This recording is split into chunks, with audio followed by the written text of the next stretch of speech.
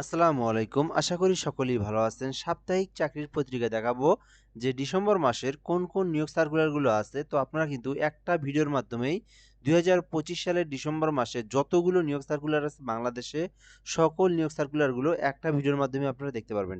এজন্য অবশ্যই আপনাদেরকে এই ভিডিওটা দেখা উচিত। কেননা এই ভিডিওটা দেখলে আপনাদেরকে YouTube এ বা বিভিন্ন জায়গায় আর কোনো ভিডিও বা আর কোনো নিউজ দেখার প্রয়োজন নাই। আপনি ২০২৫ সালের ডিসেম্বর মাসের ৫ তারিখ ৬ তারিখের যে নিয়োগ সার্কুলারগুলো আছে একদম আপডেট ইনফরমেশনগুলো আপনি পেয়ে যাবেন। তো এজন্য অবশ্যই আমাদের এই ভিডিওটা শেষ পর্যন্ত দেখবেন। আরেকটা বিষয় হচ্ছে আমাদের এই চ্যানেলটাতে আপনি নতুন হয়ে থাকলে অবশ্যই সাবস্ক্রাইব করে রাখবেন। বাংলাদেশের যত সরকারি নিয়োগ সার্কুলার আছে আপনি আমার এই চ্যানেলের মধ্যেই পেয়ে যাবেন ইনশাআল্লাহ। এজন্য অবশ্যই আমাদের এই চ্যানেলটাতে সাবস্ক্রাইব করে রাখবেন যারা নতুন আছেন। যাই হোক আমরা এটা দেখাবো সাপ্তাহিক চাকরির পত্রিকা। তো ১ নম্বরে দেখাবো বাংলাদেশ জুডিশিয়াল সার্ভিস কমিশনের যে পদসংখ্যা আছে। তো এটাতে কিন্তু ১৫২ টি পদের সংখ্যায় কিন্তু নিয়োগ সার্কুলার প্রকাশ করা হয়েছে। আরেকটা কথা বলে নেই, এখন কিন্তু ডিসেম্বর মাস চলমান। তো ডিসেম্বর মাসে কিন্তু বছরের শেষ মাস, যেহেতু এই সময় বাংলাদেশের যত অধিদপ্তর তারপরে যত মন্ত্রণালয় আছে সকল জায়গায় যে শূন্য পদ আছে এই শূন্য পদের প্রেক্ষিতে কিন্তু নিয়োগ সার্কুলারগুলো প্রকাশ করবে। তো এজন্য অবশ্যই আপনাদেরকে এখন এই সার্কুলারগুলোতে আবেদন করা উচিত। কেননা ২০২৬ সাল যখন পড়বে তখন আপনি কিন্তু ২ মাস, ৪ মাস, ৬ মাস বা ৮ মাস, প্রথম ৬-৭ মাস ৮ মাসের মধ্যে কিন্তু এই বড় নিয়োগ সার্কুলারগুলো আর পাবেন না। কেননা এখন বছরের শেষ। তো ওইজন্য কিন্তু সকল অধিদপ্তর মন্ত্রণালয় সার্কুলারগুলো দিয়ে দিচ্ছে। এজন্য অবশ্যই আপনারা ডিসেম্বর মাসের এগুলোতে আবেদন করার চেষ্টা করবেন। তো এখান থেকে আমরা ১ নম্বরে দেখব বাংলাদেশ জুডিশিয়াল সার্ভিস কমিশন সচিবালয়ে পদের সংখ্যা ১১৫২ টি পদে। তো এজন্য অবশ্যই আবেদন করবেন আপনারা। যারা ৬০ মুদ্রাক্ষরিক কাম কম্পিউটার অপারেটর জানা আছে ২৮৪ পদে আবেদন করতে পারেন। অফিস সহকারী কাম কম্পিউটার মুদ্রাক্ষরিক ২৫৩ জনের পদসংখ্যা আছে। যারা কম্পিউটার সম্পর্কে বেসিক নলেজ জানা আছে এইচএসসি পাস করে আবেদন করতে পারবেন। গাড়ি চালক যারা আছে ৮ম শ্রেণী পাস করে আবেদন করতে পারবেন। ২২ টি পদ আছে এবং যারা এসএসসি পাশে জব খুঁজে থাকেন ১৫৭ পদের এটাতে আবেদন করতে পারেন। আর যারা ৮ম শ্রেণী পাস, শুধুমাত্র ৮ম শ্রেণী পাস ২০তম গ্রেডের অফিস সহায়ক পদে ৪০১ টি পদ আছে, এটাতেও আপনারা আবেদন করতে পারেন। তো এরপর আমরা এখান থেকে দেখব স্থানীয় সরকার পল্লী উন্নয়ন ও সমবায় মন্ত্রণালয়, অর্থাৎ আপনারা এলজিডি নাম শুনে রাখছেন। বাংলাদেশের সকল জেলাতে কিন্তু এলজিডি আছে। তো এই এলজিডিতে কিন্তু নিয়োগ সার্কুলার প্রকাশ করা হয়েছে। এখানে বেশ কিছু পদসংখ্যা আছে। প্রতিটা পদসংখ্যাতেই কিন্তু আপনার অভিজ্ঞতার প্রয়োজন আছে। ঠিক আছে? সো এখানে প্রতিটা কাজের অভিজ্ঞতার প্রয়োজন আছে। তো যারা ফ্রেশার সেইরকম ২ টা নিয়োগ আছে। এই যে নিচের দিকে এখানে দেখতে পারেন আপনারা। এই যে প্রশাসনিক কর্মকর্তা শুধুমাত্র অনার্স অথবা ডিগ্রি থাকলে আবেদন করা যাবে।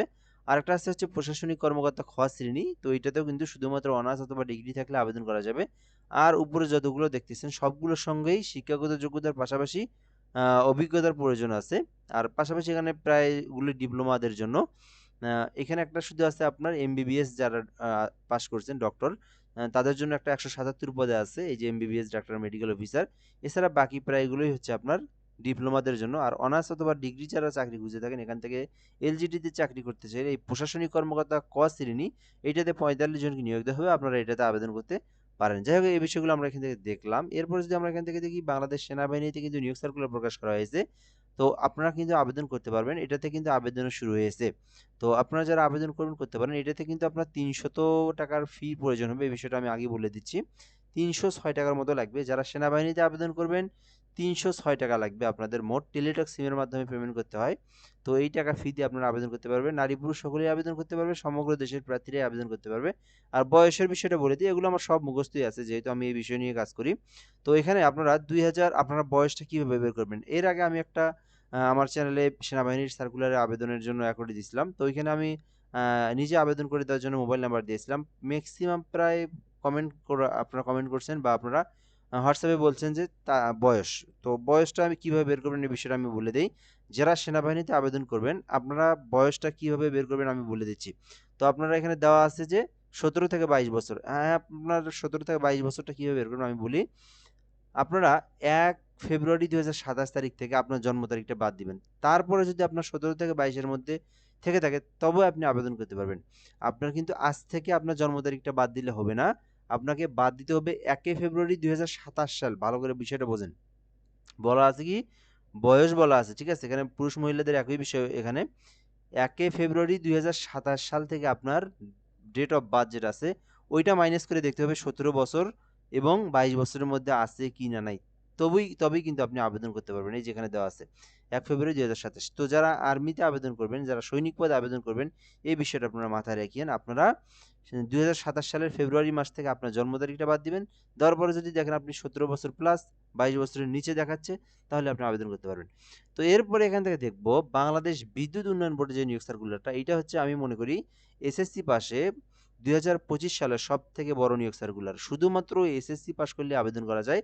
তো যারা জেনারেল হোক, আলিয়া মাদ্রাসা হোক, ভকেশনাল হোক, উন্মুক্ত হোক, হইলেই হলো। শুধুমাত্র এসএসসি পাস, সেটা কোন জায়গায় থেকে হয় হোক, শুধুমাত্র এসএসসি পাস করলেই আপনারা বাংলাদেশ বিদ্যুৎ উন্নয়ন বোর্ডে আবেদন করতে পারবেন। একটু কথা আছে এখানে, তবে এখানে একটু কথা আছে, সেটা হচ্ছে 2 পয়েন্টের নিচে আবেদন করতে পারবেন না। 2 পয়েন্টের উপরে আপনার রেজাল্টটা থাকতে হবে।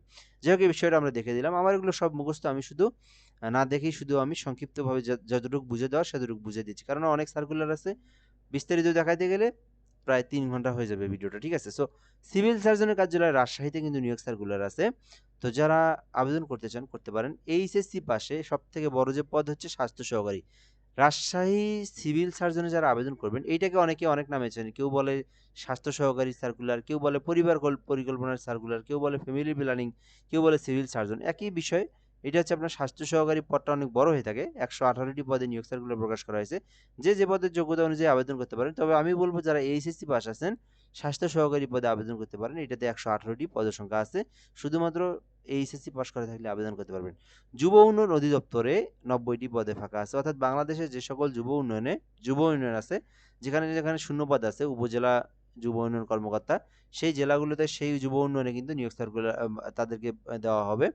তো 90 জনকে নিয়োগ দেওয়া হবে। এই ক্ষেত্রে আবেদনের জন্য শুধুমাত্র অনার্স পাস করলে আবেদন করতে পারবেন, ডিগ্রি পাস করলে আবেদন করতে পারবেন, ফাজিল পাস করলে আবেদন করতে পারবেন। অর্থাৎ অনার্স, ডিগ্রি, ফাজিল থাকলে আপনি কিন্তু সহকারী উপজেলা যুব উন্নয়ন কর্মকর্তা পদে আবেদন করতে পারবেন। এরপরে যদি আমরা একটু দেখি, প্রাণী সম্পদ মন্ত্রণালয়ে কিন্তু প্রাণী সম্পদ অধিদপ্তরে আবেদন করতে পারবেন। এইখানে আরো একটা বেশি সমস্যা হচ্ছে, আপনারা এই শিক্ষাগত যোগ্যতা নিয়ে কেউ কিছু বুঝতেছেন না, যার কারণে এটা নিয়ে আলাদা একটা ভিডিও করেছিলাম। ওইখানে আবার সবাই আপনারা কমেন্ট করতেছেন কি বিষয় এখানে শিক্ষাগত যোগ্যতারা বুঝতেছেন। আমি যদি একটু সংক্ষিপ্তভাবে বুঝিয়ে দিই আপনাদেরকে এখানে কি বলা আছে। তো এইটাতে কিন্তু চাইলেই সবাই আবেদন করতে পারবে না, প্রাণী সম্পদ অধিদপ্তরে। এটাতে একটু শিক্ষাগত যোগ্যতা একটু সায়েন্স লেভেলের বলা আছে এখানে। যেমন veterinary field assistant VFA, veterinary field assistant VFA 483টি পদে নিয়োগ সার্কুলার প্রকাশ করা হয়েছে। শিক্ষাগত যোগ্যতাটা একটু বোঝার চেষ্টা করেন। বিজ্ঞান বিভাগে এইচএসসি বা সমমান পরীক্ষায় উত্তীর্ণ সহ ভেটেরিনারি ট্রেনিং ইনস্টিটিউট বা, আচ্ছা এই বাটা আপনি আলাদা করবেন সবসময়, ঠিক আছে? এই বাটার সঙ্গে এগুলোর কোনো সম্পর্ক নাই।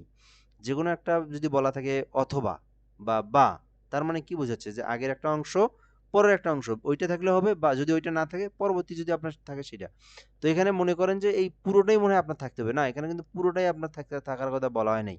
আপনার যতটুকু বলছে, আপনি যদি এইটুকু অংশ একটা অংশ এটা থাকলে আপনি আবেদন করতে পারবেন, এটা না থাকলে আপনি আবার এই নিচের অংশটা থাকলে আবেদন করতে পারবেন, নিচের অংশটা থাকলে আবার নিচের অংশটা, এইরকম কিন্তু বিষয়, ঠিক আছে?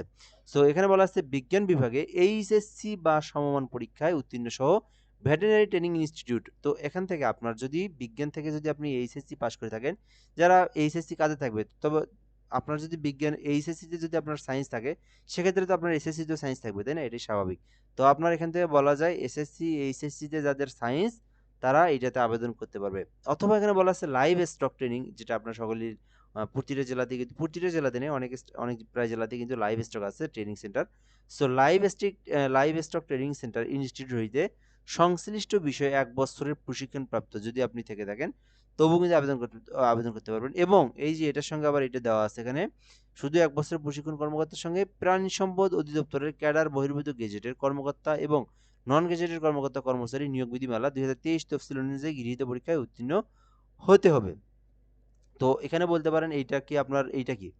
তো এইটা হচ্ছে আপনার, এই যে এটা কিন্তু কোনো শিক্ষাগত যোগ্যতা না, এটা কিন্তু কোনো কিছু না। এটা পরীক্ষা, আপনার প্রতিটা পরীক্ষায় কিন্তু একটা তফসিল অনুযায়ী পরীক্ষা হয়। তো অনেকেই যে বিষয়গুলো কমেন্ট করে, বিষয় থেকে আমি বুঝে দিচ্ছি, তাছাড়া কিন্তু এইভাবে আমি বুঝে দিতাম না। তো অনেকেই বলে আর কি। তো এখানে 2023-এর তফসিল অনুযায়ী গৃহীত পরীক্ষায় উত্তীর্ণ হবে, এটা কোনো শিক্ষাগত যোগ্যতা না। আপনি যে আবেদন করবেন, আপনাকে যে পরীক্ষা নিবে আপনার, সেই পরীক্ষাটা এই অনুযায়ী পরীক্ষাটা নিবে, ঠিক আছে? এই বিষয়টা এখানে বলা আছে, এই যে এই অনুযায়ী পরীক্ষাটা আপনাকে নিবে, ঠিক আছে? তো এখান থেকে আমরা বুঝলাম এসএসসি এইচএসসি আপনার বিজ্ঞান শাখা থেকে হলে আবেদন করতে পারবেন। তো এরপর আমরা যদি এখান থেকে দেখি আরো যে সার্কুলারগুলো আছে, তো এখান থেকে স্থানীয় সরকার পল্লী উন্নয়ন সমবায় মন্ত্রণালয়, ওই যে যেটা বললাম এখানে আরও 2টা সার্কুলার আছে। এলজিডিতে 2টা নিয়োগ সার্কুলার আছে। তো একটা যেটা দেখলেন 800 কত জন, আর এটা আপনার 93 জন। এখানে সহকারী প্রকৌশলী 44 জন, উপসহকারীতে প্রকৌশলীতে আপনার 49 জন আছে। তো এইটাতে আবেদনের জন্য যারা ডিপ্লোমা আছে তাদের জন্যই, যারা এখান থেকে সিভিল বা পানি সম্পদ নিয়ে যারা ডিগ্রি করছেন তারাও আবেদন করতে পারবেন, অনার্স ডিগ্রি করছেন। আরেকটা আছে এখান থেকে সিভিল ইঞ্জিনিয়ারিং বা আরেকটা আছে উপসহকারী প্রকৌশলী, এটাতে আবেদন করতে সিভিল যাদের আছে ডিপার্টমেন্ট ডিপ্লোমাতে তারা আবেদন করতে পারবে, অথবা কনস্ট্রাকশন ডিপার্টমেন্ট যারা আছে তারা আবেদন করতে পারবেন, অথবা এনভায়রনমেন্ট যারা আছেন তারাও কিন্তু আবেদন করতে পারবেন। তো এই বিষয়গুলো আমরা এখান থেকে দেখলাম। এরপর যদি দেখি জাতীয় ক্রীড়া পরিষদ, তো 44টি পদ আছে এটাতে, তো আপনি চাইলে এটাতে আবেদন করতে পারেন। এখানে শিক্ষাগত যোগ্যতা আপনারা একটু দেখার চেষ্টা করেন কি কি বলা আছে, কোন পদে কতজনকে নিয়োগ দেওয়া হবে।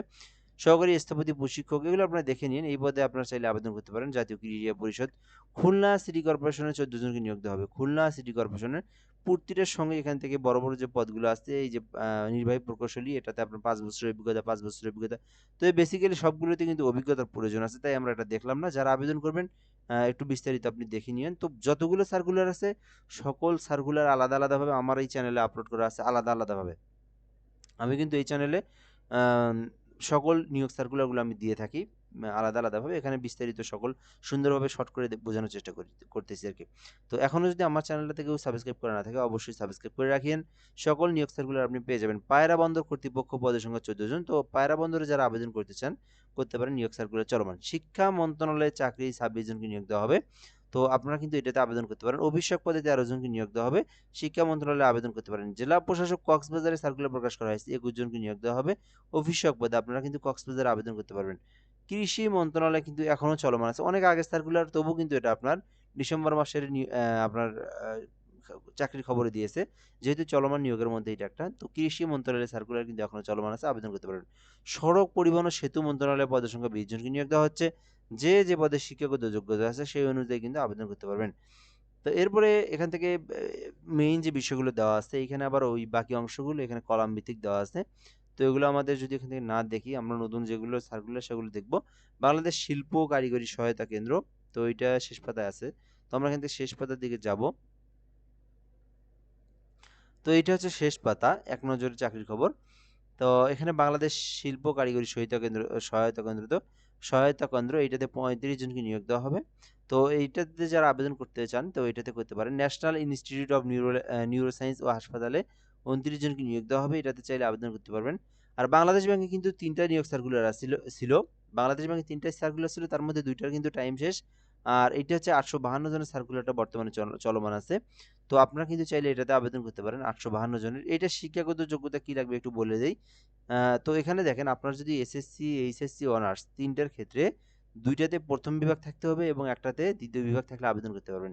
কোনোভাবেই তৃতীয় বিভাগ থাকলে আপনারা কিন্তু আবেদন করতে পারবেন না। অর্থাৎ এসএসসি, এইচএসসিতে আপনাদের যদি 3 পয়েন্টের উপরে থেকে থাকে, আর আপনার যদি অনার্সে যদি 2.25 এর উপরে থাকে, আপনি কিন্তু আবেদন করতে পারবেন বাংলাদেশ ব্যাংকে। তো এর নিচে হলে কিন্তু আপনারা আবেদন করতে পারবেন না। তো ডিগ্রি পাশে কিন্তু আবেদন করা যাবে না এটাতে, তো অনার্স পাস থাকতে হবে, ঠিক আছে। সো এরপরে যদি আমরা এখান থেকে দেখি, স্থানীয় সরকার পল্লী উন্নয়ন সমবায় মন্ত্রণালয়ে 6 জনকে নিয়োগ দেওয়া হবে, এটাও কিন্তু একটা চলমান নিয়োগ সার্কুলার। এরপর আছে কোল পাওয়ার জেনারেশন কোম্পানি, 9টি পদ আছে, আবেদন করতে পারেন। জেলা প্রশাসক চাঁদপুরে নিয়োগ সার্কুলার বর্তমানে চলমান আছে, আপনারা আবেদন করতে পারবেন। চট্টগ্রাম বিশ্ববিদ্যালয়ে কিন্তু নিয়োগ সার্কুলার আছে, 4টি পদ আছে, আবেদন করতে পারবেন। বাংলাদেশ ওয়াকফ প্রশাসন ধর্ম মন্ত্রণালয়ের একটা নিয়োগ সার্কুলার, এটাতে আপনারা আবেদন করতে পারবেন।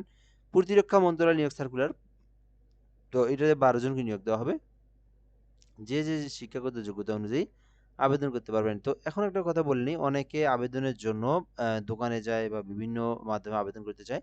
তো আপনি চাইলে ঘরে বসে থেকে, আমাদের একটা হোয়াটসঅ্যাপ নাম্বার দেওয়া আছে, সো আমরা কিন্তু আবেদন করে দিই অনলাইনের মাধ্যমেই। তো আপনি কিন্তু এই নাম্বারে হোয়াটসঅ্যাপে যোগাযোগ করলেই ঘরে বসে থেকে একদম নির্ভুলভাবে আমাদের মাধ্যমে অ্যাপ্লিকেশন করে নিতে পারবেন। বাংলাদেশের যে কোনো সরকারি চাকরির আবেদন করে দিই আমরা। সো শুধুমাত্র সরকারি চাকরি অ্যাপ্লিকেশনের জন্য এই নাম্বারে হোয়াটসঅ্যাপে কন্ট্যাক্ট করতে পারেন। 0177583031 0177583031 একদম সুন্দরভাবে নির্ভুলভাবে আমাদের সঙ্গে যোগাযোগ করে আপনার ইনফরমেশনগুলো দিলে আমরা আবেদন করে আপনাকে অ্যাপ্লিকেশন কপি যেটা সেটা কিন্তু পাঠায় দেবো। সো চাইলে আপনি অ্যাপ্লিকেশন করে নিতে পারেন আমাদের মাধ্যমেই। যাই হোক, আমরা চাকরির সার্কুলার 2025 সালের ডিসেম্বর মাসের নিয়োগ বিজ্ঞপ্তিগুলো যেগুলো চলমান আছে এগুলো দেখলাম। তো আপনারা আপনাদের শিক্ষাগত যোগ্যতা অনুযায়ী আবেদন করতে পারেন। সো আরও সামনে সার্কুলার আসবে হয়তোবা সামনের সপ্তাহের পত্রিকাতে আপনারা আরো নতুন নতুন সার্কুলার দেখতে পারবেন। সো ভিডিওটা এই পর্যন্তই। ভালো থাকবেন। অবশ্যই আমাদের সঙ্গে সাবস্ক্রাইব করে যুক্ত থাকবেন। ভালো থাকবেন। আসসালামু আলাইকুম।